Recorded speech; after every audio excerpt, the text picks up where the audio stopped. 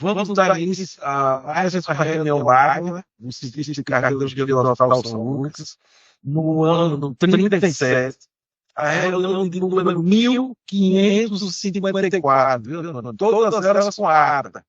Legal. Hoje vai ser um tema para lá de interessante, e sempre eu gostei muito do título: choque cardiogênico, passado, presente e futuro. E para quem vai nos estudar a apresentação, é uma pessoa ultra qualificada, doutor Antônio Abreu Facundes Júnior, que é doutor em cardiologia pela USP, pós-doutor pela Harvard, médico do Sul, pesquisador do INDOR, que é o Instituto INDOR de Pesquisa e Ensino, coordenador da UTI Geral de Brasília. Eu estava brincando para dizer que o prestígio que tem do doutor Indy Braal, que levou o Braal a uma apresentação lá no DFTA. Então, não precisa nem dizer se esse homem aí tem bagagem. Aurélia, primeiro, muito obrigado por atender o nosso convite. Sempre é um prazer muito grande tê-lo aqui conosco na nossa reunião. E a tela é toda sua. Obrigado, professor Souza. Então, em primeiro lugar, eu queria agradecer esse honroso convite. Eu acho que essa reunião eu sabia da longa história, mas para mim já é uma reunião super tradicional. A gente vê nos convites aí através dos grupos da Rede Lore. Eu divulgo as reuniões aqui também para os residentes. Sempre que eu recebo o convite dela através aqui dos grupos da Rede Lore. Para mim é uma honra aqui estar falando para nobres colegas e encontrar colegas antigos aí, como o Luiz, desde a época aí do INCOR. Bom, esse é um tema que para mim ele é muito caro, assim. Eu sou intensivista e cardiologista. Da minha área de atuação, ela sempre foi aí na terapia intensiva e lidando predominantemente com pacientes cardiopatas. E o objetivo é a gente fazer um pouquinho de uma revisão do passado aí, qual o cenário atual do tratamento do choque cardiogênico e quais são as perspectivas aí futuras. Vocês conseguem ver minha tela? Tá ótimo, perfeito. Som bom e a tela tá. Muito bem. Então, esses são meus conflitos de interesse. Eu não tenho nenhum conflito de interesse relacionado a essa apresentação. Nós vamos passar nessa agenda aí, então, um pouco pelo passado do choque cardiogênico, presente, sobre a situação da epidemiologia atual, a classificação do choque cardiogênico e o cenário atual. Os principais estudos clínicos aí em choque cardiogênico, o que a gente aprendeu com esses estudos, as novidades que a gente tem aí para esse ano, para 2024, e um pouco sobre o futuro. Então, eu acho que a primeira descrição que a gente tem aí do conceito de choque cardiogênico, ela aconteceu aí em 1939, quando Harrison aí publica esse livro, que é A Falência da Circulação, e ele introduz o conceito do choque cardiogênico como uma entidade específica de choque, né? Choque relacionado aos quadros infecciosos, do choque séptico. Ele já tinha uma descrição que datava de um tempo maior, mas em 1939 aí Harrison introduz a falência do sistema circulatório relacionado aí à falência da bomba cardíaca, né? E o infarto, né, sempre como a principal causa de choque cardiogênico, e ele já descrevia aí que a mortalidade girava em torno de 60% a 80% aí na década de 40. De lá para cá, a gente teve grandes evoluções aí no tratamento dos quadros agudos, né? E das cardiopatias aí com acometimento agudo. Então, a gente teve aí o início da terapia trombolítica em 1958 aí, bem estabelecida, e a gente sabe como isso aí mudou a realidade do tratamento aí do infarto, né? Em 1977, Grunzig, que a gente conhece bem, fez a primeira angioplastia com um balão que abriu uma nova perspectiva para o tratamento dos pacientes com infarto na fase aguda, e isso certamente impactou para prevenção do desenvolvimento de choque cardiogênico. E a gente tem aí em 86 a descrição do primeiro stent implantado aí em humanos por esses dois autores, e a gente tem no Brasil, né, o Dr. Zé Eduardo Souza também fazendo o First in Man, também como pioneiro no implante de stents, e aí a partir de então os stents também sendo implantados na fase aguda do infarto, e isso tendo benefício prevenindo o desenvolvimento do choque cardiogênico, e a gente vai ver um pouco também aí no próprio tratamento do choque cardiogênico. Bom, muito tempo se passou, só que a gente vai ver que apesar dessa evolução ao longo dessas décadas, as hospitalizações por choque cardiogênico, elas continuam a aumentar. Então, esses são dados dos registros aí americanos, e a gente pode ver aí que de 2004 a 2018, as hospitalizações por choque cardiogênico, elas aumentaram aí progressivamente nos Estados Unidos, com um maior aumento predominante das hospitalizações por choque cardiogênico não associado aí a um infarto agudo do miocárdio, em comparação com o choque cardiogênico associado a um infarto, dada a evolução do tratamento aí da fase aguda do infarto. O que acontece é que a gente teve, com a evolução do tratamento do infarto, uma redução da mortalidade no choque cardiogênico relacionado ao infarto. A gente está vendo aqui nessa linha laranja aí no choque cardiogênico em geral, e também com uma melhora do tratamento médico, das terapias intensivas, do choque cardiogênico não relacionado ao infarto agudo. Mas, nesses últimos anos, a gente tem tido aí um platô em geral em relação à mortalidade. Então, a gente teve aí uma estagnação em relação à diminuição da mortalidade aí nos últimos anos, de forma que, enquanto as hospitalizações aumentam, a gente teve uma redução de 1/3, de 50% de mortalidade para em torno de 30%, 40% de mortalidade, às custas principalmente da redução da mortalidade relacionada ao infarto agudo do miocárdio. Isso vale para os dados americanos e vale também para os dados europeus, em que a gente vai ver, por exemplo, nesse próprio registro, grande registro aí, alemão, a diminuição da mortalidade, comparando aí os anos de 2005 com 2014, 60%, mas a gente vai ver que isso é ainda muito discreto, né, tímida essa redução de mortalidade no choque cardiogênico relacionado ao infarto, 60% para em torno aqui de 55% ao longo aí de praticamente 10, 15 anos, mas choque cardiogênico não relacionado ao infarto ainda com uma mortalidade, mesmo em centros especializados alemães, em que se utilizam muito assistência circulatória mecânica, né, suporte circulatório mecânico, a mortalidade aí se mantendo aí acima de 60%, próximo aí a 62%. Né, e isso se mantendo com uma mortalidade meio que distante aí nas últimas décadas.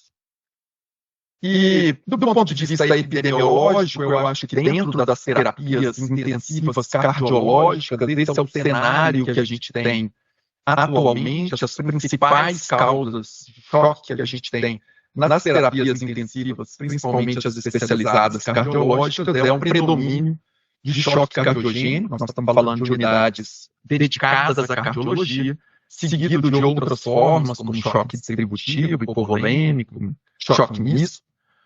Em 20%, é lógico que em UTIs gerais a principal causa de choque é o choque séptico, mas em UTIs especializadas, o choque cardiogênico, ela predomina.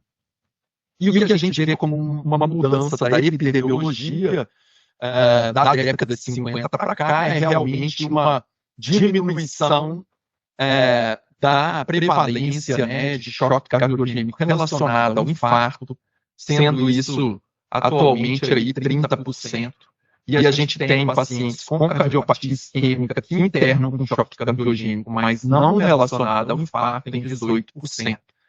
E pacientes com choque cardiogênico de outras etiologias, como 28%, já sendo a maioria atualmente. O que é uma inversão da epidemiologia que existia anteriormente, que era predominantemente relacionada ao infarto. Então, aqui eu vou fazer a minha primeira pausa aí para a gente poder tirar essa primeira lição do ponto de vista do passado e da epidemiologia, que é a mortalidade do choque cardiogênico. Ela se reduziu até os anos 2000 com a evolução do tratamento do infarto, mas ela está estagnada em torno de 40% a 60% desde então. A principal redução da mortalidade aconteceu às custas do melhor tratamento do infarto agudo do miocárdio na fase aguda. E o choque cardiogênico não associado a um infarto agudo continua com uma elevada mortalidade em comparação com aqueles aí associados ao infarto. Aí passando para uma segunda etapa, uma grande dificuldade que a gente teve aí ao longo dos anos, tanto do desenho de estudos de choque cardiogênico, quanto para o entendimento aí, e para que todo mundo falasse a mesma língua, foram diversos conceitos de choque cardiogênico e definições diferentes, usados por diferentes serviços que faziam com que, muitas vezes, em estudos clínicos, a gente tivesse entendendo populações aí diferentes. Mas isso que parece comum a todos eles, né, é que para a gente poder definir choque, a gente tem que ter aí um paciente que tenha uma disfunção cardíaca relacionada a sinais aí que estejam associados a sinais de hipoperfusão orgânica.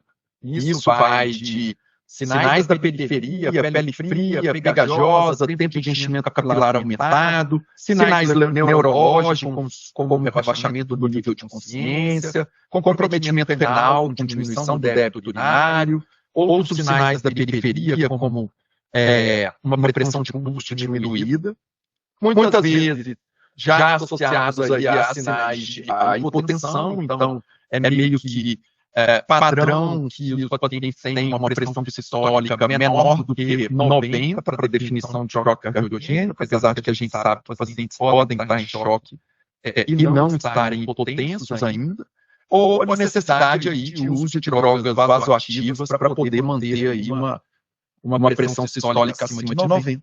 Alguns trabalhos mais antigos, como por exemplo o Shock Trial, incluíram parâmetros hemodinâmicos, mas a gente sabe que ao longo dos anos a diminuição do uso do catéter de Swan-Ganz, catéter de artéria pulmonar, fez com que esses critérios fossem um pouco retirados aí para tornar esses estudos mais reprodutíveis, já que muitos centros hoje em dia eles utilizam muito pouco a catéter de Swan-Ganz. Um segundo tipo de classificação que foi proposta aí pela agência, né, de registro de assistência circulatória mecânica, né, chamada como Intermex. A classificação Intermex ela é muito útil na prática para que a gente possa definir a urgência em que a gente precisa colocar um dispositivo de assistência circulatória nesse paciente. Então, o paciente com choque cardiogênico, ele quando tem uma classe 1 Intermex, é aquele paciente que está evoluindo um choque refratário e você precisa definir em horas o próximo dispositivo de assistência que você vai utilizar, porque ele já está com droga vasoativa, suporte inotrópico, eventualmente balão intraórtico, e ele está evoluindo com o que a gente chama de crash and burn. Ele está aí pegando fogo e você tem horas para poder tomar uma definição do qual o próximo suporte circulatório que você vai instalar. Existem pacientes aí que têm um declínio progressivo em uso de inotrópicos. A gente conhece bem esse paciente que está com a glutamina aí nos últimos dias. Acontece que você precisa ir aumentando a dose da glutamina aí progressivamente, né? E ele pode ter uma piora aí progressiva. E você tem que pensar em dias qual é o suporte circulatório que você vai propor para esse paciente. E tem pacientes que estão aí totalmente dependentes de inotrópico, mas não tendo aí uma piora progressiva. Esses pacientes aí, você vai ter que ter uma estratégia para poder usar mais inotrópico ou colocar um dispositivo de assistência de mais longa duração, ou esse paciente vai ser listado para transplante. Então, essa é uma classificação muito prática, que foi utilizada aí por bastante tempo.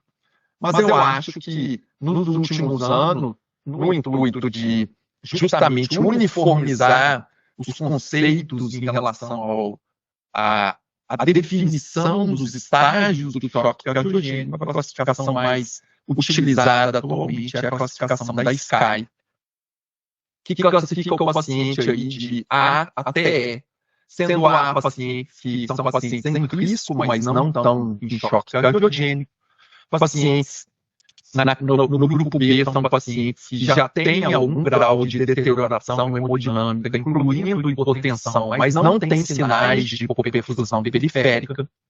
Paciente que tem C, tem um choque clássico, hipotensão associada e a sinais de hipoperfusão, e esse paciente já vai precisar aí de um suporte farmacológico, um suporte circulatório mecânico. O paciente em D está deteriorando, então você iniciou as medidas com suporte inotrópico, drogas vasopressoras, suporte circulatório mecânico, mas esse paciente começa a deteriorar, apesar do que você está fazendo.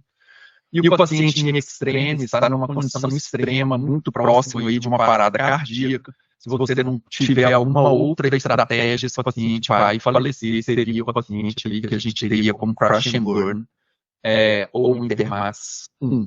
Então, nós aprendemos aí nos últimos anos, acho que desde aí de 2021, a tentar uniformizar, então, os grupos que estudam choque cardiogênico e publicam, têm tentado uniformizar a linguagem, falando sempre aí na classificação SCAI, para você poder definir em que estágio esse seu paciente está.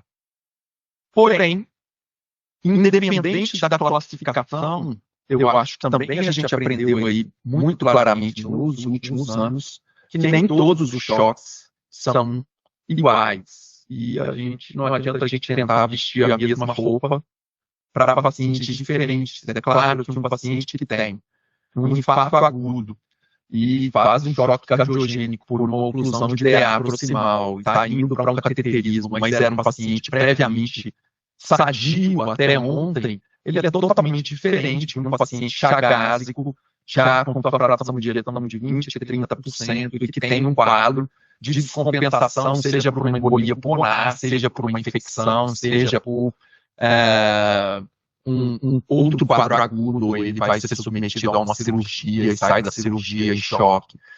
Esses pacientes, eles são totalmente diferentes. Assim como um paciente, uma miocardite aguda, é totalmente diferente de um paciente, um Takotsubo. E é isso que eu acho que é o que a gente precisa ainda aprender nos próximos anos, e estamos começando a aprender que não adianta a gente tratar o choque cardiogênico como uma entidade única, já que o fenótipo ele é muito diferente, né? A gente sabe que do ponto de vista da fisiopatologia, do que leva aí o paciente a uma deterioração progressiva, né? Então, se a gente for pegar um paciente que teve um infarto, ou mesmo um paciente aí chagásico, que tem uma disfunção ventricular aí, seja sistólica, seja cisto-diastólica, nós temos um componente aí de aumento da pressão diastólica final do ventrículo esquerdo, que vai levar a uma congestão pulmonar, que muitas vezes leva esse paciente a uma hipóxia de difícil controle, que vai levar a mais isquemia. A gente tem uma diminuição do débito cardíaco, que vai levar à hipotensão e a uma diminuição da perfusão periférica, que em pacientes coronarianos vai levar a mais hipoperfusão de coronária, vai levar a mais disfunção miocárdica. E a gente tem uma via, que é a via em que, a partir de um tempo de choque, esse paciente desenvolve uma resposta inflamatória sistêmica, secundária ao tempo de choque. E o choque que inicialmente ele é puramente cardiogênico, por uma liberação aí de citocinas, óxido nítrico, ele passa a ser um choque que tem um componente inflamatório, então, que era inicialmente uma resistência vascular sistêmica aumentada, e isso em alguns dias o paciente começa a ter um choque nisso, relacionado aí ao choque cardiogênico, mas também relacionado aí a uma resposta inflamatória, com uma vasoplegia associada. E aí, ao longo desse tempo, o aprendizado foi de que muitas vezes a gente tem uma fase inicial, um problema inicialmente só hemodinâmico, então você tem uma falência de bomba cardíaca, mas o tempo de choque cardiogênico vai levar a um problema hemometabólico, uma vez que esse paciente, com esse tempo de choque não revertido, ele vai ter comprometimento pulmonar, por congestão pulmonar, ele pode desenvolver uma SAR associada, ele vai entrar em falência renal se você não consegue corrigir essa hipoperfusão renal, ele vai fazer uma hepatite aí relacionada a uma disfunção hepática aí pelo choque, ele pode ter um problema, uma alteração aí na coagulação, uma coagulopatia e evolução, inclusive, com CIVD. Ele vai fazer uma disfunção neurológica, seja pela gravidade, períneo, seja por hipoperfusão. E a gente sabe que a mortalidade ela aumenta a cada comprometimento orgânico, né? Então, quando a gente tem aí um choque cardiogênico sem o comprometimento de um outro órgão, que não o coração, a mortalidade gira em torno de 31%. Quando um ou outro órgão já é afetado, a gente tem uma mortalidade de 38%, e quando a gente tem 2 ou mais órgãos, essa mortalidade vai aí, porque a gente conhece como 48%, 60% de mortalidade. Então, a segunda pausa que eu quero fazer aqui como um ponto de aprendizado é que, apesar das inúmeras definições diferentes de choque cardiogênico, a mais amplamente utilizada atualmente é a da SCAI, e a gente tem tentado uniformizar essa classificação para que todo mundo possa estar falando a mesma língua. A classificação Intermax é excelente para a tomada de decisão sobre a instalação de suporte circulatório e mecânico, e que existe uma grande heterogeneidade na apresentação do choque cardiogênico. São pacientes diferentes, pacientes com infarto associado a um choque cardiogênico ou não, um choque cardiogênico não associado a um infarto. Um quadro que seja agudo, uma miocardite aguda, é totalmente diferente de um quadro de uma descompensação de uma insuficiência cardíaca prévia. E o conceito de choque hemometabólico, que era inicialmente só um choque por falência de bomba, com o passar das horas e dos dias de choque, começa a comprometer aí outros órgãos, e a gente tem aí uma falência de outros órgãos que vai trazer um comprometimento metabólico, muitas vezes um choque misto, por uma resposta inflamatória sistêmica. Bom, passando para a terceira parte aí dessa apresentação, a gente vai passar um pouquinho aí sobre os principais trials envolvendo o choque cardiogênico e quais lições a gente aprendeu aí ao longo desses anos. Então, a primeira lição aprendida aí com a doutora Judith Hoffman em 1999, e o grupo dela, foi que revascularizar pacientes em choque, e esse é o shock trial, né? Em até 48 horas do infarto e até 18 horas do início do choque, traz um benefício claro para esses pacientes. Então, essa é uma briga que a gente deve ter com hemodinamicistas, que pacientes que tenham infartado, mesmo que tenham ali até 2 dias de infarto, mas que evoluem em choque cardiogênico, e estão até em 18 horas do choque, e revascularizar esse paciente, seja percutâneo, mesmo que seja cirúrgico, diminui a mortalidade desses pacientes. Eu acho que esse é um aprendizado assim, inequívoco do shock trial, que a gente precisa abrir as artérias de pacientes em choque. E nesses pacientes a gente deve ser mais tolerante com o tempo de abertura da artéria. Então, esse é um aprendizado que veio aí já desde 1999 do shock trial. A segunda lição que a gente aprendeu aí, e aí começa um grande autor aí, que vocês vão ver que ele é meio que recorrente em choque cardiogênico, que é o Roger Thiele, que é um hemodinamicista que fica em Leipzig, na Alemanha, é um grande estudioso aí, uma referência no clinical trials aí em choque cardiogênico. Ele conduziu aí o CUP Trial, né, que foi o choque CUP, né, uma estratégia de, em pacientes com choque cardiogênico, eu devo revascularizar a lesão culpada unicamente, ou eu vou revascularizar todas as lesões no momento do choque. E o que a gente aprendeu, ao contrário dos pacientes que não têm choque, né, que essa parece ser uma tendência atual pela literatura, de você revascularizar a maior parte dos vasos, mesmo que seja na fase aguda do infarto ou ainda naquela hospitalização índice, né? No choque cardiogênico a gente não deve fazer isso naquele momento. Então, sair abrindo todas as artérias no paciente em choque é deletério para esse paciente, assim, e você aumenta os riscos sem trazer aí um benefício, né? Então, o ideal é que a gente deva tratar somente a lesão culpada no momento do infarto associado aí ao choque cardiogênico. Terceira coisa que a gente aprendeu aí um pouco da literatura, e essa era uma dúvida aí relativamente frequente, por exemplo, na minha época como residente, era qual vasopressor eu devo usar no paciente aí que começa com quadro de choque, eu estou usando o inotrópico, eu vou usar aí adrenalina, vou usar dobutamina com norepinefrina. Existe uma divergência entre experiências de serviço, mas a gente aprendeu aí nos últimos anos com Bruno Levy, que é um estudioso aí desse tema, que em ensaios clínicos aí randomizados, né, o uso, apesar de um número pequeno de pacientes, mas isso computado aí em meta-análise, a gente vai ver que o uso de adrenalina comparada com nora foi associado com os mesmos efeitos na pressão. Então, a noradrenalina não é pior do que a adrenalina para manter a pressão do paciente. Mas os pacientes que usam adrenalina, eles têm uma maior chance de evoluir com um choque de difícil controle, ou com um choque refratário. Então, seja porque você desgasta todos os receptores, satura os receptores, e impede aí que você progrida com novos vasopressores, ou mesmo aumentando a adrenalina.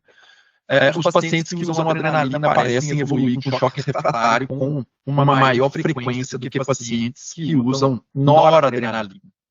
E isso foi um aprendizado, desculpa, aqui ficou como uma lição 2, tratar somente a lesão culpada, mas na verdade essa é uma meta-análise de mais de uma que aconteceram comparando noradrenalina com adrenalina, mostrando uma superioridade aí, uma tendência à superioridade na mortalidade em pacientes que usam aí nora em comparação com a adrenalina no choque cardiogênico.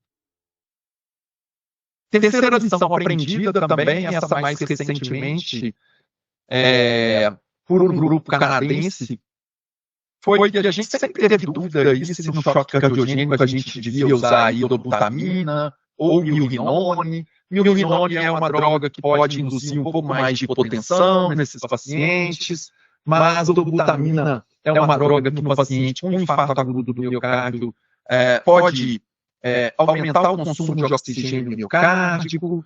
Então essa era uma dúvida da prática clínica, e o principal estudo randomizado que a gente tem aí nesse sentido mostrou que não há diferença do ponto de vista de desfecho, morte, AVC, desfechos renais, nem do ponto de vista metabólico e nem do ponto de vista, inclusive, do status hemodinâmico, quando a gente compara milrinone com dobutamina. Então, atualmente, quando os meus residentes perguntam aqui se eu devo usar milrinone ou dobutamina, a primeira pergunta que eu falo nós vamos individualizar, mas, do ponto de vista geral, isso pode ficar a gosto do freguês. É lógico, pacientes que estão muito chocados com doses altíssimas, doses muito altas de vasopressores, eles são candidatos ruins aí a milrinone. Pacientes que estão muito taquicárdicos são candidatos muito ruins aí a dobutamina para pacientes que têm hipertensão pulmonar e disfunção de PD, são melhores candidatos aí a Rinone, mas, do ponto de vista geral, de desfecho, isso pode ser individualizado e qualquer uma das duas opções são boas opções aí para pacientes com choque cardiogênico à luz das evidências atuais. A gente vai ver aqui que mesmo quando a gente compara débito urinário, clearance de lactato, nível da creatinina e mesmo o score que a gente usa, que é um score que soma, que é o VIS score, que é um score que soma os níveis de drogas vasoativas, a gente vai ver que não houve diferença aí entre dobutamina e milrinone em relação a níveis pressóricos e necessidade de mais droga vasoativa quando a gente compara os dois. Um outro ponto muito importante, uma lição aí número 5 que a gente aprendeu ao longo desse tempo, é que times de choque eles parecem ter um impacto no prognóstico. Esses são pacientes extremamente complexos, né? Em que essa decisão ela não pode ser individual, monocrática, autocrática de um médico. Essa é uma decisão de um time que envolve um cardiointensivista, um hemodinamicista, um cirurgião cardíaco, um especialista em insuficiência cardíaca avançada, equipes multidisciplinares como fisioterapia, enfermagem, porque são pacientes extremamente complexos. Quando a gente pensa em conjunto e desenha uma estratégia em conjunto, isso parece impactar o prognóstico.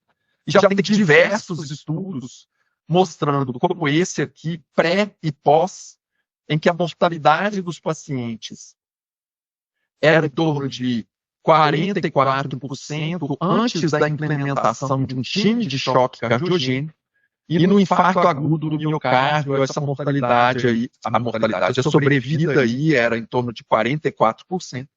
Isso subiu aí, quase dobrou a partir da implementação de times de choque. Isso acontece tanto para choque relacionado ao infarto, quanto para choque não relacionado ao infarto. Então, ressaltar a importância dos times de choque para o manejo desses pacientes aí. E acho que cada instituição deve montar o seu time de choque para lidar com esses pacientes. Alguns conceitos importantes, mais recentemente, né, como marcadores de disfunção aguda do ventrículo esquerdo, a gente tem cada vez mais utilizado com a monitorização do débito cardíaco, o que a gente chama de CPO, de Cardiac Power Output, que é nada mais é do que o débito cardíaco multiplicado pela pressão arterial média, dividido aí por 451, uma constante. E esse parece ser o principal preditor de disfunção ventricular esquerda e de mau prognóstico do ventrículo esquerdo, principalmente quando abaixo de 0,6 está relacionado aí a uma alta mortalidade desses pacientes. E quando a gente vai avaliar a função do ventrículo direito, um dos mais emergentes e importantes índices para avaliação da função do ventrículo direito é a PAP, que é o índice de pulsatilidade da artéria pulmonar, que nada mais é que a pressão sistólica de pulmonar menos a pressão diastólica de pulmonar dividida pela pressão venosa central. E quando a gente tem uma PAP menor aí do que 0,9, a gente tem paciente com uma provável disfunção aí de ventrículo direito. Enquanto mais baixa a PAP, pior o prognóstico desse paciente do ponto de vista de função do VT. Aí nós vamos entrar numa parte, que é a parte da saga dos dispositivos de assistência. Temos diversos dispositivos de assistência no mercado. No mercado brasileiro, a gente tem um número relativamente limitado, em comparação com o que a gente tem nos Estados Unidos e na Europa. Mas a gente tem dispositivos de assistência aí no mundo para suporte do ventrículo direito, que vão aí de Impella de ventrículo direito, um Thunder Heart de ventrículo direito, ECMO faz o suporte de ventrículo direito e esquerdo, uma ECMO adaptada que faz suporte, né, também aí, a ECMO já faz um suporte biventricular aí. E a gente tem estratégias de suporte para o ventrículo esquerdo, Thunder Heart para o ventrículo esquerdo, Impella, os diversos tipos de Impella, 2,5, 3,5, 5 para o ventrículo esquerdo, e o nosso clássico aí, balão intraórtico. A gente sabe que cada dispositivo tem suas dificuldades técnicas de inserção, né? Vai depender de acessos que podem ser feitos por via percutânea, acessos que precisam ser feitos aí por via cirúrgica, e uma questão que é a questão do custo, tá? Mas a gente vai ver que o número de publicações relacionadas aí à assistência circulatória mecânica no choque cardiogênico, desde aí da primeira circulação extracorpórea aí, em 1954, né, ela vem aumentando, e o interesse aí pelos brinquedos aí de assistência circulatória mecânica, eles aumentaram progressivamente. Porém, a gente tem aí cada vez mais recebido banhos de água fria em relação aos desfechos promovidos aí pelos dispositivos de assistência. Então, nós começamos aí há 40 anos atrás, né, instalando balão de contrapulsação intraórtica e acreditando que o balão trazia um benefício claro aí para o paciente com choque cardiogênico, principalmente relacionado ao infarto. Tem 40 anos de balão intraórtico aí. Mas, recentemente, não tão recentemente, já temos aí, desde 2012, o Roger nos provou que não era bem assim, né? Ele desafiou o balão intraórtico nos pacientes com choque cardiogênico relacionado ao infarto agudo do miocárdio, e uma randomização aí de 300 pacientes para cada lado. Ele viu que o paciente que iria para uma estratégia de revascularização, né? Seja com infarto com supra de ST, seja infarto sem supra, maior parte dos pacientes com infarto anterior, fração de ejeção média de 35%, colocar balão intraórtico não teve benefício nesses pacientes. Então, revascularizar e deixar o paciente sem balão intraórtico, só com drogas vasoativas, teve o mesmo impacto do uso do balão intraórtico. Então, esse foi o primeiro banho de água fria em relação ao mais antigo dispositivo de assistência. É lógico que o trabalho tem suas críticas, a mortalidade foi menor do que a esperada, aconteceu em 40%, e a esperada era 57%. Os pacientes não eram tão graves quanto os que a gente vê na prática. No choque cardiogênico, eles tinham níveis pressóricos em torno de 90, né? Uma boa parte dos pacientes não precisou de balão intraórtico durante a angioplastia. Um terço dos pacientes tinha infarto aí, tem supra de ST, uma síndrome coronariana sem supra. E uma boa parte dos pacientes tinha uma parada cardíaca e tinham sido reanimados, o que é uma população assim, de muito difícil você comprovar um benefício nesses 40% aqui, porque esse indivíduo que tem parada cardíaca, o prognóstico ele é muito ruim, dependente do tipo de assistência, como a gente vai ver. Então, um aprendizado que a gente teria aí foi que o balão intraórtico não trouxe um benefício no choque cardiogênico associado ao infarto, quando o paciente vai ser revascularizado, e isso não deve ser feito de rotina, deve ser individualizado em situações especiais.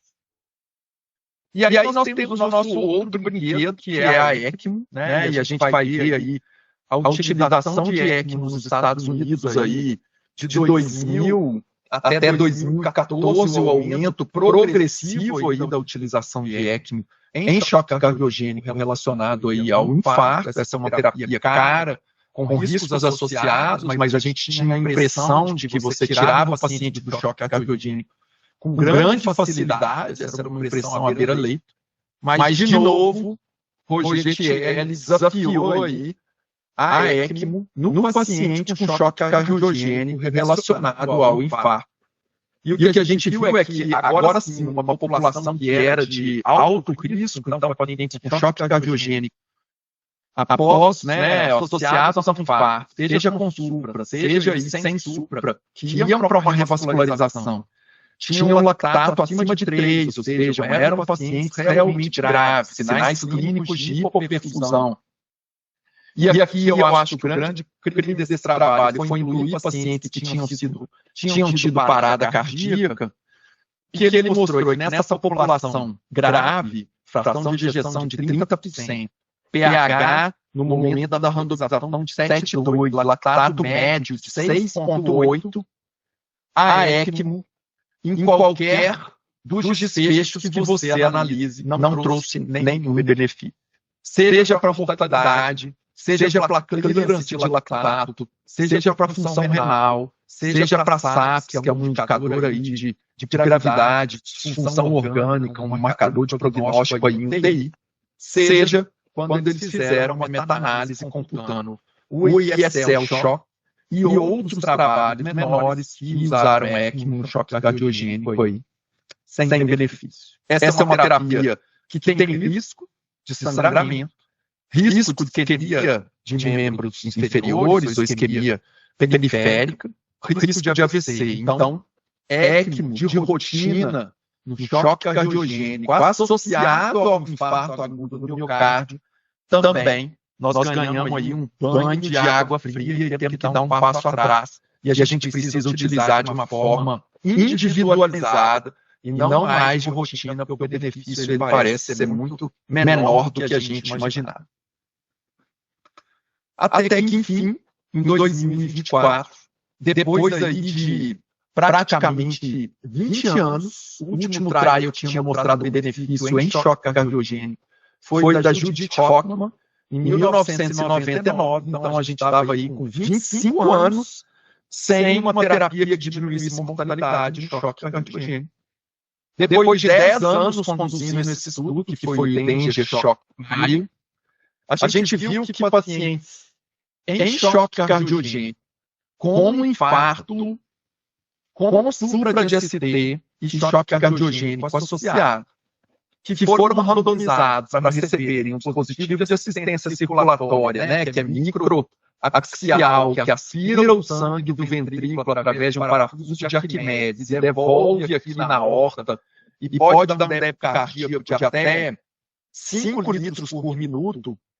Nessa população de pacientes com infarto com supra, choque, disfunção de ventrículo esquerdo, fração menor do que 45, e que não tinha tido parada cardíaca com coma, não tinha disfunção de ventrículo direito, nem tinha complicação mecânica, o uso do Impella, que é esse dispositivo, em pacientes graves, eram realmente pacientes graves, média de lactato de 45, fração de ejeção de 25, pressão média sistólica de 82, estavam aí numa SCAI classe C, D ou E, e que foram revascularizados. O uso do Impella conseguiu, depois de 25 anos, reduzir surpreendentemente em 13% de redução absoluta na mortalidade do choque cardiogênico. Pacientes que foram para o grupo controle tiveram uma mortalidade de 58%.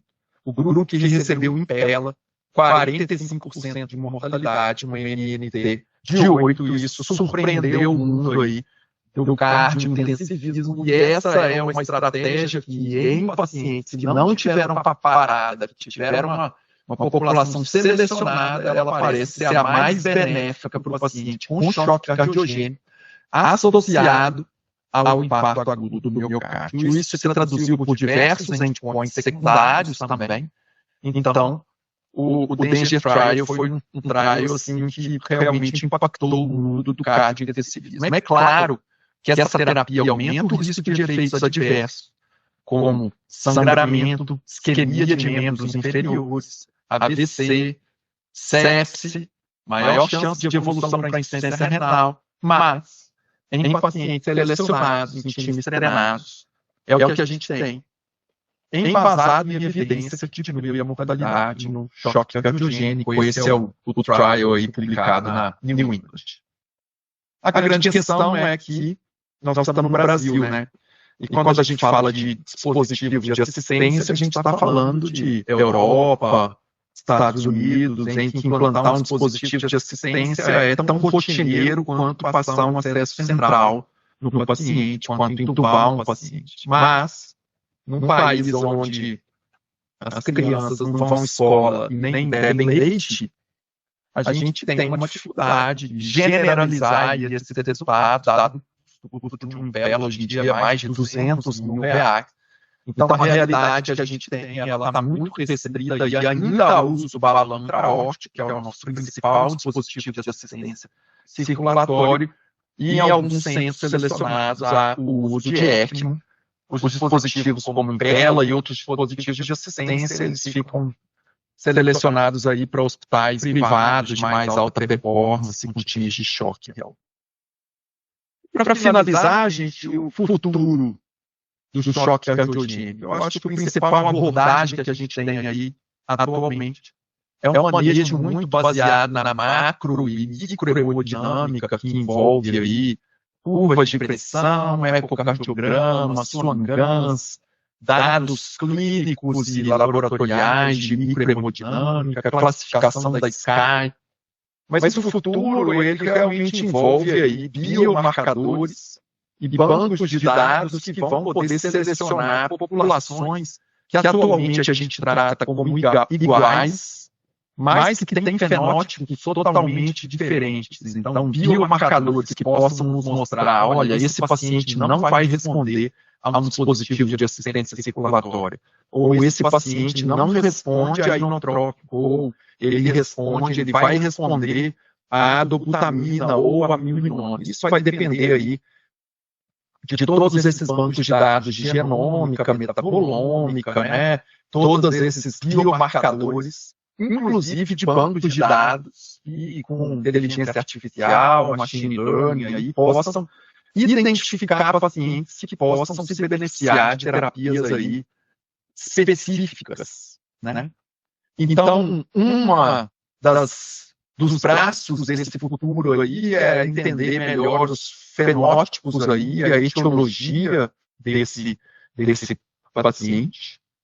O segundo é a gente entender um pouco a gravidade do paciente, entender que uma população, principalmente a população pós-parada cardíaca, com longo tempo de reanimação, é uma população que a gente não consegue mostrar um benefício com terapias.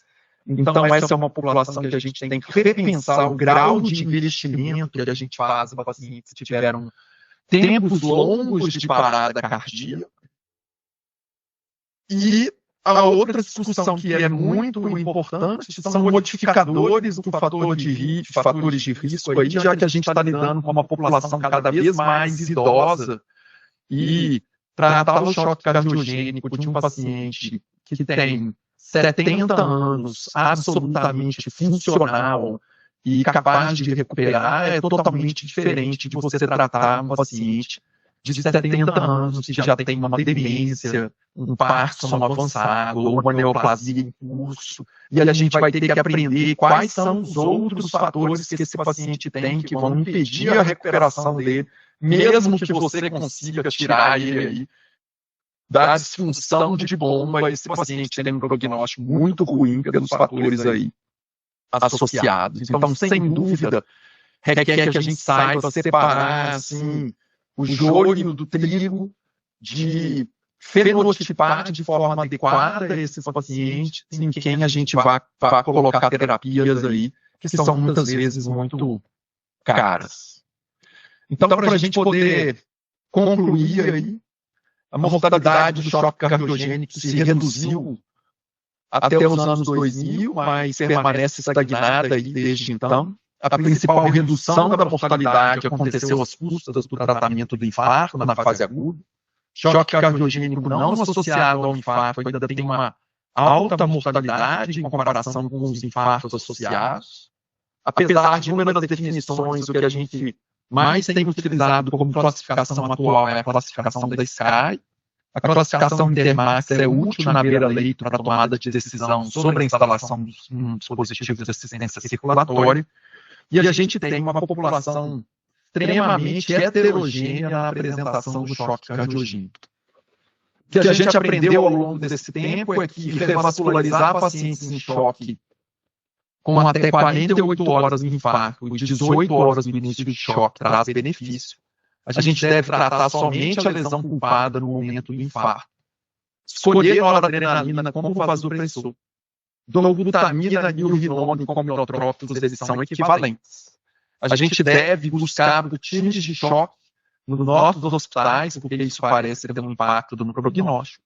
Balão intraórtico, o benefício dele no choque relacionado ao infarto de rotina está questionado, assim como a ECMO de rotina nos pacientes com choque cardiogênico relacionado ao infarto também está muito questionado. E o que a gente tem em 2024 é o Impela no choque cardiogênico relacionado ao infarto de uma população selecionada foi capaz de reduzir a mortalidade. O futuro depende do entendimento de diferentes tipos de paciente. E estratégias aí baseadas em biomarcadores, uso de dados, inteligência artificial, que permitam uma medicina de precisão para esses pacientes. Obrigado pela atenção de vocês, gente. Eu fico aberto aí para a gente discutir.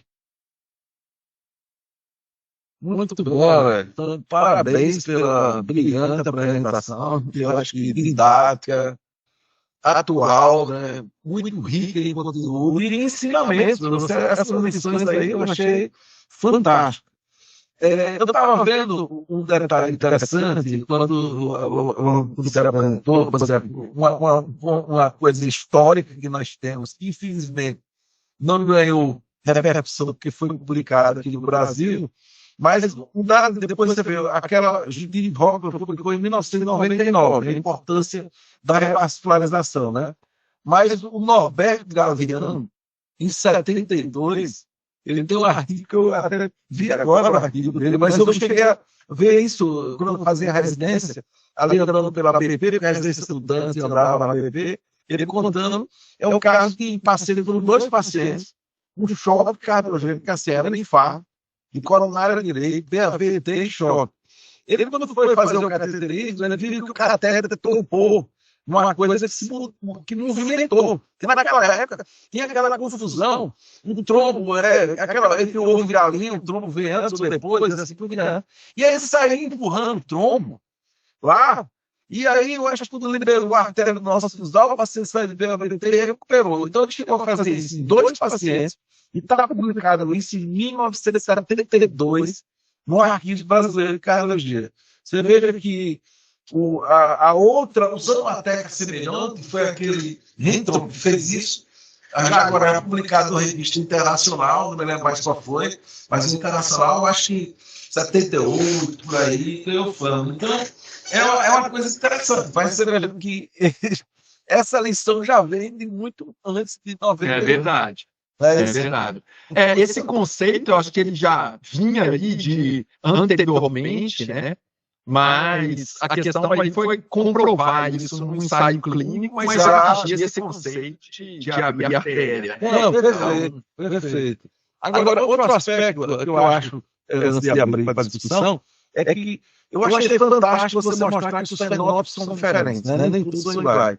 E você veja que até agora, na definição do infarto, uma partícula tentícula, você deve considerar a artéria fechada, que você vai precisar abrir, não necessariamente a artéria fechada não vai ser função do ST, tem uma série de nuances que está sendo identificada. Você vê como essa evolução é constante. Então, talvez identificar mais precoce esse tipo de coisa vai salvar mais gente de choque cardiogênico.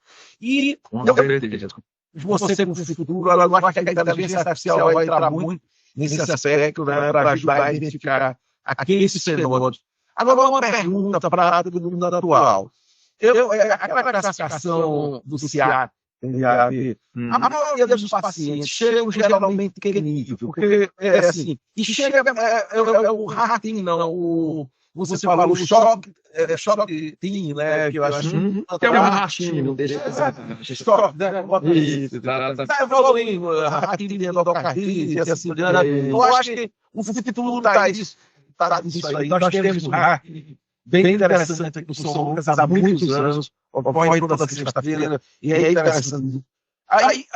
Então, minha pergunta é assim, quando geralmente o paciente chega para que realmente se tratar? Porque vai deixar chegar na urgência, não assinou a ele, já vai se identificar e tal, às vezes é uma UTI, às vezes... Como é que é isso aí normalmente, Aurélio? Você trabalha com isso aí?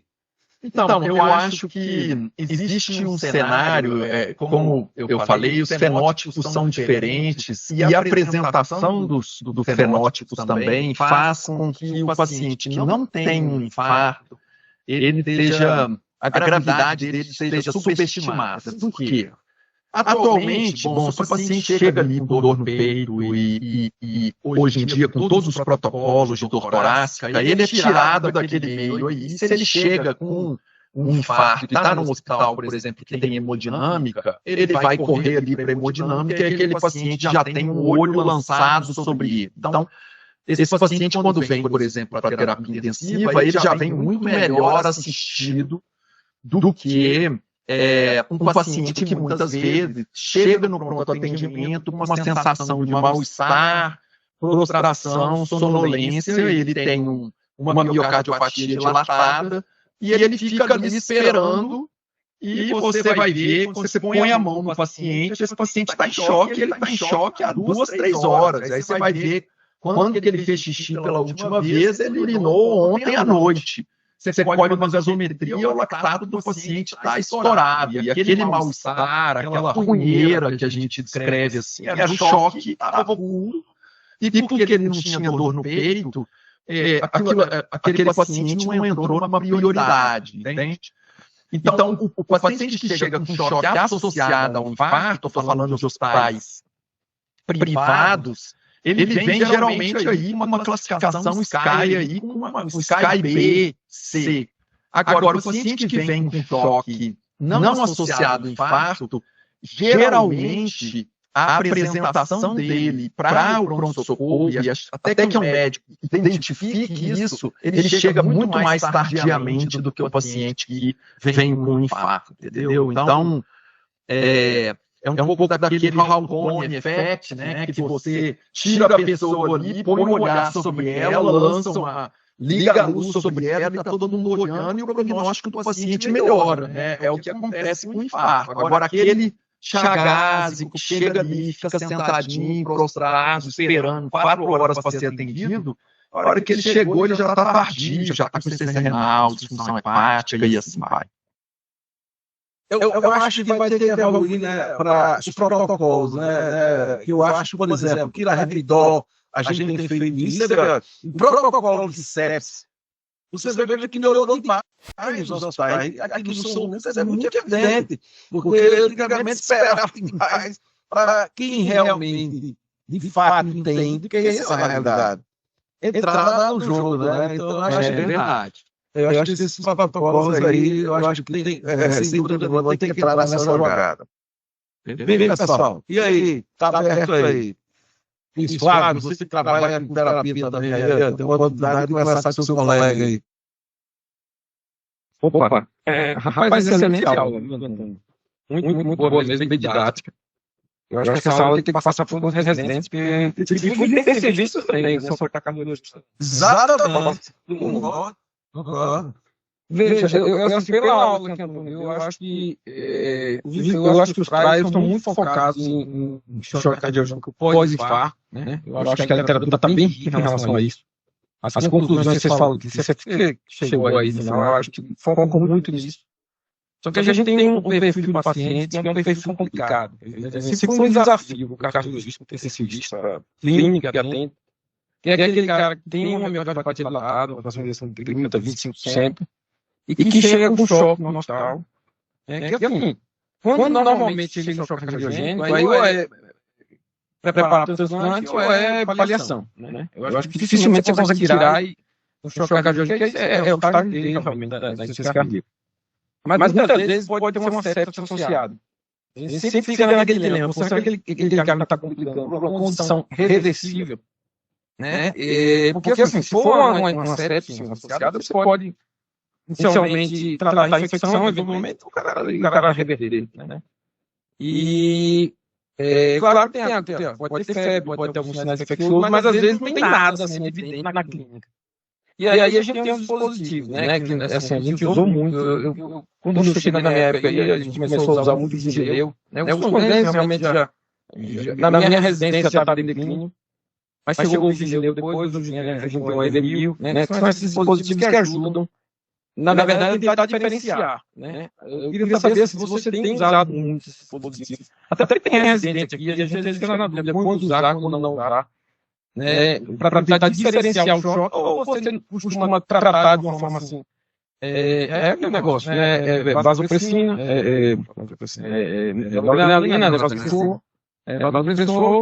às vezes associar uma dobutamina, mas assim, você costuma lançar mão desses equipamentos, ou é uma coisa que também talvez não ajude muito na clínica? Qual a sua opinião em relação a esses equipamentos?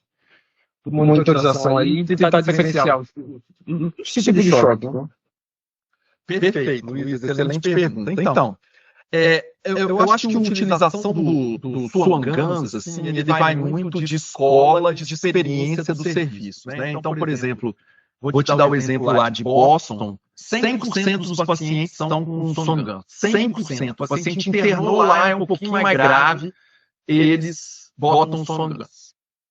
Só que, assim, a gente não tem evidência de que isso vá trazer um benefício. Os europeus, por exemplo, já não colocam Swan Guns em ninguém, fazem ecocardiograma beira-leito e não colocam Swan Guns em ninguém. E eu acho que o Swan Guns é para um paciente que não tem uma reversibilidade precoce do choque, ou seja, aquele paciente que não está indo bem, né? Porque o paciente que fez um infarto, abriu a artéria, chegou com choque cardiogênico, nas primeiras horas, você já está desmamando droga vasoativa, ele está melhorando, esse paciente, o catéter não vai fazer diferença.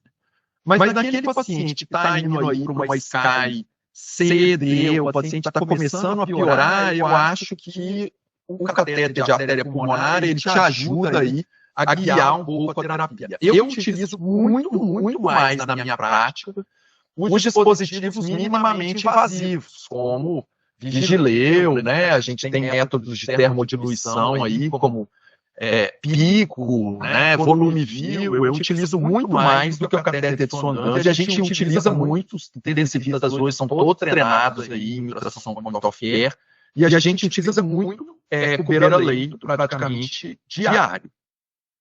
Qual a informação que o catéter de artéria pulmonar me dá que os outros dispositivos, exceto o eco, não me dão?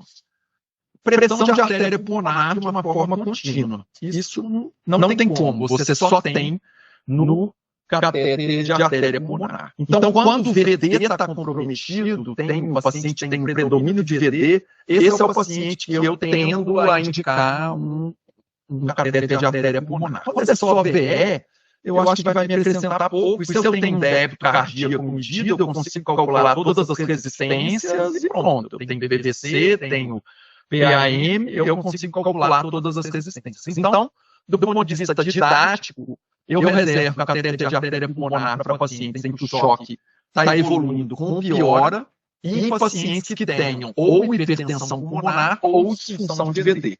E a gente usa muito na prática, 100%, aqui no TFSTAR, 100% dos pacientes em choque tem um monitor de débito Vigileu, a gente usa aqui principalmente Vigileu, ou a gente usa Volumivil, que faz uma termodiluição também transpulmonar. Mas a gente não deixa o paciente com choque sem monitorização de débito. E né, que a incorporação aí do Echo Point of Care, ele virou uma extensão do estetoscópio, então todo mundo sabe fazer eco, ver cava, ver ventrículo, ver pulmão, então o eco acrescenta muito aí no nosso dia a dia do mês. Meu cachorro latiu. Desculpa. Enfim, então, alguém quer fazer algum questionamento, alguma inquisição? Professor Souza, André Veiga. Ô, Veiga, rapaz, aí, ô, Antônio, você descompartilha sua apresentação, porque aí a gente vê, pessoal, que eu tava sem ver direito, aí, tá vendo? Eu mandei uma mensagem para ele aí. Eu tô na rua ainda, mas eu conseguia ver a tona. Gira aí. Antônio, parabéns pela aula. Era o cara mais popular de todo o Incorde complexo. De jeito, Antônio. Faltou sair vereador de São Paulo. Rapaz, Não. eu gostei na aula, você cara pidão ele, Viga. O pessoal perguntou como é que conseguiu trazer esse cara de volta para Aracaju. Ah, Tão difícil. foi uma missão muito particular mesmo, mas foi uma missão. Ó, pessoal, Antônio, excelente aula. Eu acho que a gente que trabalha em UTI, com carga intensivismo, choque cardiogênico é um tema extremamente em voga e a gente precisa discutir. Teve alguns pontos que você e o Dr. Souza colocaram que eu acho que é de fundamental importância em qualquer tipo de choque. E eu acho que o choque cardiogênico vê isso, que é a capacidade de a gente identificar precocemente a deteriorização do paciente. E quando a gente está falando em precocemente, você falou algo agora no final assim, o paciente está indo bem, eu não vou colocar o cateter, é isso mesmo, estou desmamando, mas se o paciente se agrava, é um paciente que eu preciso invadir, porque eu preciso de medidas muito mais acuradas para que eu tome a decisão mais precocemente possível. E eu acho que eu gostaria de pontuar uma coisa em relação a essa fala de Antônio, que quando a gente fala de precocemente é 6 horas, 12 horas. Então, na verdade, se eu, por isso que a ideia do Choque Team, ele vem muito importante, Choque Team é um grupo de especialistas em técnica de monitorização, de identificação de choque, que tem que estar disponível 24/7. Porque o paciente não pode chegar no pronto-socorro no final do dia, e na manhã de manhã, quando o Antônio chegar no hospital, eu vou dizer, Antônio, tem um paciente que está chocado no pronto-socorro desde ontem à noite.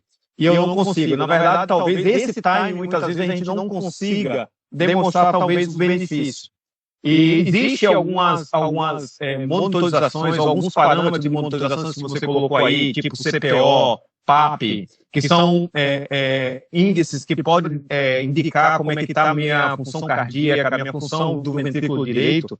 Teve o VIS-score que você colocou, que é aquela coisa, assim, se o paciente em 3, 4, 5 horas você não conseguiu estabilizar, ou você não conseguiu regredir, melhorar a macro e a microhemodinâmica desse paciente, e esse paciente deteriora, esse paciente ele precisa ser visto o mais rápido possível e ter a definição de qual é a estratégia. Se eu vou colocar um suporte mecânico para esse paciente, se eu vou fazer algum tipo de estratégia, porque muitas vezes você só progredir droga vasoativa e esse paciente, 6, 12 horas, a gente perde o time, muitas vezes. A gente teve um caso recente que a gente colocou um Impela aqui em Aracaju, e que foi muito isso, assim, o paciente ele teve uma AM com supra de parede anterior, entra naquele grupo que talvez não fosse dos mais candidatos, porque ele teve uma PCR no pronto-socorro, mas ele teve uma recuperação neurológica muito interessante pós. Só que, assim, em 3 horas, o paciente, ele saiu de uma desmame de droga vasoativa para, na verdade, lactato de 10, alteração hepática, alteração renal. Um paciente que a gente teve que reestudar pensando na possibilidade de trombose insistente, e o que ele tinha evoluído é que o ventrículo dele estava totalmente parado, e que a gente colocou um Impela nesse paciente, e depois de 72 horas ele acabou saindo dessa disfunção miocárdica aguda. E muitas vezes o que acaba complicando esse tipo de paciente, eu acho que o Antônio pode falar muito bem isso, são as complicações pós-UTI, dessa fase aguda. É o paciente que evolui, esse paciente evoluiu com SARA. A gente teve que pronar esse paciente depois que tirou o Impela. Esse paciente evoluiu com disfunção renal, a gente teve que dialisar esse paciente. Consequentemente, acabou evoluindo com infecção nosocomial. Então, o cuidado desse paciente após é muito importante. Essa fase aguda é uma fase de decisão muito precoce, de especialista, que tem que estar disponível o tempo inteiro. E o cuidado após essa fase aguda é que muitas vezes pode determinar o benefício e a condição clínica desse paciente. Mas eu acho que é isso. Eu acho que em terapia intensiva, deixar para o próximo plantão, deixar para o próximo dia. E quando a gente fala em terapia intensiva, acho que o Antônio pode até corroborar, a gente tem que pensar que o paciente crítico ele não está só na UTI. A gente tem que começar a buscar esse paciente crítico fora da UTI, da parede da UTI. É o conceito de UTI sem paredes. Paciente crítico, que a gente faz uma grande diferença, seja paciente com septo, que o Dr. Souza falou, seja paciente com choque cardiogênico, ele está dentro do centro cirúrgico, ele está no pronto-socorro, ele está na unidade de internação, e essa inter-relação entre as unidades, ela precisa ser feita de forma muito bem estruturada para que os benefícios se tornem mais transparentes. Mas excelente pela aula e a discussão sempre empolga aí. Excelente, André. Obrigado pelos comentários, saudades sua aí. Eu acho que o que você falou, assim, a gente, na nossa época, aí, conhecia muito bem como as horas de ouro, né? Então, assim, paciente em choque, paciente grave, você tem as golden hours, as horas de ouro para poder correr e tirar esse paciente do choque. Então, eu costumo falar que você vira uma ampulheta para baixo e o tempo está correndo desfavoravelmente. Então, essas são condições tempo sensitivas, assim, seja para o paciente que abre um quadro desse no andar, no apartamento, na enfermaria, seja para o paciente que chega no pronto atendimento, né? Então, correr atrás disso realmente com uma estratégia para evitar a disfunção de outros órgãos, né? Porque o que começa como uma disfunção cardíaca vai levar o paciente a isso que você falou. O paciente vai fazer SARA, vai fechar o rim, vai precisar de diálise, vai fazer uma disfunção gastrointestinal. Então, o que a gente quer evitar é justamente isso. Quanto mais precoce a gente faz uma intervenção, melhor. Perfeito. Muito bem. Interessante, viu,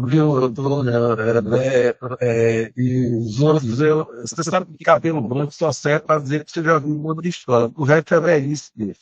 Eu sou da época, quando eu cheguei aqui, ele acompanhava o professor Zé Augusto, ele me chamava para frequência de mês, e nós cansamos de ver aquele infarto na sua frente. Deteriorando, não fazia nada, ninguém fazia nada, não, que é um aluno perdeu o cabelo naquele cara, nem sabia. Trombolim foi ele em Bosco Rocha. Fomos para São Paulo, né, aprender a fazer trombolim.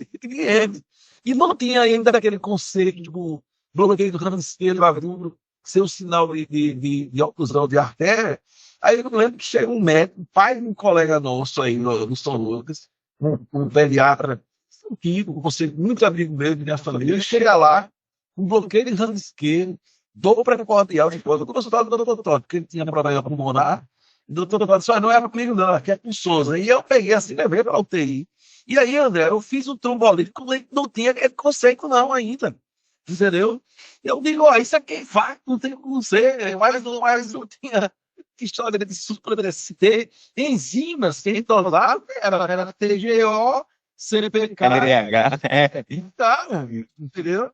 E aí, eu sei que ele tem uma evolução fantástica e tem que depois ver esse conceito. Então, medicina, o que eu estou falando, que é essa ideia que eu acho que vocês tocaram, é que quanto mais precoce, e a gente tem que evoluir em protocolos, porque o problema não é o cara ficar fora e chegar atrasado, o problema é aquilo que vocês falaram aí, não sei, do TI Sem Fronteira, que o paciente se deterioriza na enfermaria, né? O cara demora a reconhecer, o paciente deterioriza na urgência, quer dizer, teve uma chance, mas teve um azar que não teve. Então, eu acho que aí a gente tem que trabalhar nesses protocolos, os red flags, né, de que o paciente vai e tocar ao barco nisso aí. É fantástico. Doutor Souza, tem uma outra coisa. Os cabelos brancos serviram para outra coisa também, que é para formar um time de primeira, né? Porque você levou o André aí, rapaz. Na verdade, você faz. Agora levando só os craques, olha, pelo amor de Deus. Nós temos montado, né? É para isso, não é? Ela tá com a seleção aí. Muito bom. André, outra pergunta, eu faço ecocardiografia, né? E com frequência, André e Antônio, nós somos chamados assim: olha, tá um paciente aqui em choque, eu quero faço um eco para saber se faço cateterismo ou não, pensando em déficit segmentar. Entendeu? Eu queria saber a opinião de vocês. Claro que o eco, todas as vantagens que o eco traz, eco bem feito, né? Porque eco mal feito é uma porcaria, só vai atrapalhar, mas tudo isso aí. Mas eu não sei se você tem que esperar, porque deve segmentar. Você vai encontrar paciência, paciente que tem uma fibrose de outra coisa, pode ter déficit segmentar. Qual a opinião de vocês? Você guia pelo eco? Entendeu? Eu acho assim, como o André falou, assim, é lógico, esse paciente, ele muitas vezes é um paciente que, inclusive, a própria janela o ecocardiograma, ela é ruim. Então, o paciente está ali entubado, é obeso, está nasarcado, está em ventilação mecânica e a janela é ruim. Eu acho que é lógico, se o eco é uma ferramenta fundamental, mas num paciente em choque, se você tem a suspeita de que isso possa ser coronária, esse paciente tem que ser estudado e pronto. Então, esse não é o paciente que você pode ter dúvida. E aí, se você tem um paciente que já tem um bloqueio de rango ou tem algum teste segmentar prévio, a janela é ruim, eu mando para o caixa e pago para ver, porque realmente sei que se o paciente precisar abrir a artéria, isso vai mudar o desfecho dele, entendeu? Então, agora é lógico, assim, reservar a importância do eco, né, pela lei, para poder te ajudar como guia, mas na dúvida, eu sou muito invasivo com esses casos. Você não tem, só tem uma bala para poder usar, não tem outra. Né? Outra coisa, pode ter choque cardiogênico com eletro normal? Outra pergunta. O André, acho que ia comentar. O André, acho que só ia falar um pouquinho da opinião dele aí do eco. Diga aí, André. Não, eu concordo com você, Antônio. Eu acho que o que a gente precisa o eco, lógico que é super importante, mas é um dado adicional. Se eu tenho uma história compatível, né, o eco à beira-leito, com todas as dificuldades de janela que a gente tem, descartou alguma outra coisa, tipo, sei lá, um tamponamento, e minha possibilidade diagnóstica gira em torno de um choque cardiogênico agudo, e que a doença coronariana ela precisa ou ser confirmada para trazer os benefícios do shock trial que a gente tem, ou, na verdade, a gente precisa também pensar na possibilidade de descartar. Imagine você com um paciente grave em que você não sabe a anatomia. Será que eu devo fazer CAT? Eu espero para amanhã. Muitas vezes os exames deles não são só para confirmar, né? Eles são também para descartar, para que ele te libere e que você raciocine em cima de outras vias. Né? E não ficar preso. Será que se eu fizer isso, se eu não fizer aquilo? Mas, assim, muitas vezes, CAT ali rápido, você estuda a coronária, tem algum procedimento ou não, ou até descarta, você acaba focando em outro tipo de estratégia para o paciente. Então, assim, independente se o eco tem alteração de contratividade segmentar, lógico, dentro de um parâmetro, isso é um dado adicional que vai corroborar para o seu raciocínio clínico, mas um paciente que chega, estava jogando beach tênis, teve um quadro de dor torácica, chegou com choque cardiogênico, o eletro está ali na dúvida se é ou se não é, o eco ali que eu consegui, pelo menos ali rapidinho, um point of care, não demonstrou alteração de contratividade, não tem que esperar. Eu acho que a maior probabilidade, pensando num pensamento bayesiano, qual é a maior probabilidade que eu tenho agora de diagnóstico e o que é que consigo intervir mais precocemente para reverter a deterioração desse paciente. Então, acho que tem que ir para o CAT mesmo. Só lembrando, né, Souza e Antônio e André, que o Songanges é tão antigo, que se fazia diagnóstico com complicação de infarto possúbito, antes mesmo de tornar disponível, né? Quer dizer, o eco era tão assim, uma coisa tão difícil de conseguir antigamente. O Songanges dava esse diagnóstico antes. Era mesmo. Ciência miral aguda depois do infarto, né? Então, você vê, a gente tem que respeitar os Songanges. Pode até não usar, você tem que respeitar. Sem dúvida, sem dúvida. Agora, pessoal, porque também essa história do Camilo Grande, eu não esqueço nunca uma vez, lá para trás, né? E chama para a urgência. Ué, não, urgência. Eu vou lá, chego lá, com o peito, boto o Grande do sai vai lá na parede, né? E o Parada. Aí eu cheguei assim, aqui vai ser andando parado. E o eletro? Não veio o eletro ainda. Aí então, lógico que isso não acontece mais. Isso é lá para trás. Pior é que acontece, né? A depender da instituição, acontece muito. É verdade. Muito legal. Algum comentário mais? É muito prazer em ver aqui de novo, rapaz. Você tem que voltar. Eu tenho que voltar, eu tenho que me organizar para essa reunião da terça-feira. Rapaz, essa reunião são fantásticas. Cada vez mais sério hoje aí, meu amigo. Isso é muito boa de reunião. Isso aqui, viu, Antônio? Vai ter que dar uma opinião às vezes dele, assistir essa apresentação aí. Vai estar todo mundo junto, André. Você fica livre aí para mostrar os desenhos lá do cirurgia, etc. Perfeito. Foi fantástico. Bem, então eu não tenho mais perguntas. Eu gostaria de agradecer demais, Antônio, sua presença aqui. Se programe para o próximo ano, nós estamos acabando, porque você é muito bem-vindo aqui. Uma aula didática dessa, nem eu que faz tempo que eu não faço terapia intensiva, eu gostei mais, mas a gente nem faz. André, obrigado também aí por participar, com os seus comentários sempre pertinentes, né? Agradecer a presença de Luiz, Flávio e todos os outros, e vou convidar a todos para na próxima semana. Nós estamos acabando, viu? No nosso ano de reuniões, vamos ter mais duas. Uma no dia 19 e outra no dia 26. Aí vamos entrar em recesso e a gente volta depois de fevereiro. Então, obrigação em todo ano, né? Não, uma vez.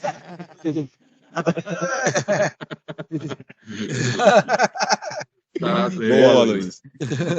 Tá bom, Danilo. Obrigado. Foi uma honra. Essa reunião de direito só deu você, viu? Não tem outro, não. É como igual aquele restaurante lá, tudo beijando, quando você janta lá, pega um pato, e eles dão um número lá, é aquele número, aquele pato, aquele número, só você. Só você. Então, essa reunião, meu amigo, aqui é sua, vai estar ligada. Tá bom. Muito obrigado. Muito obrigado pela presença. Um abraço, Antônio. Um abraço, doutor Galdão. Um abraço. Tchau, tchau.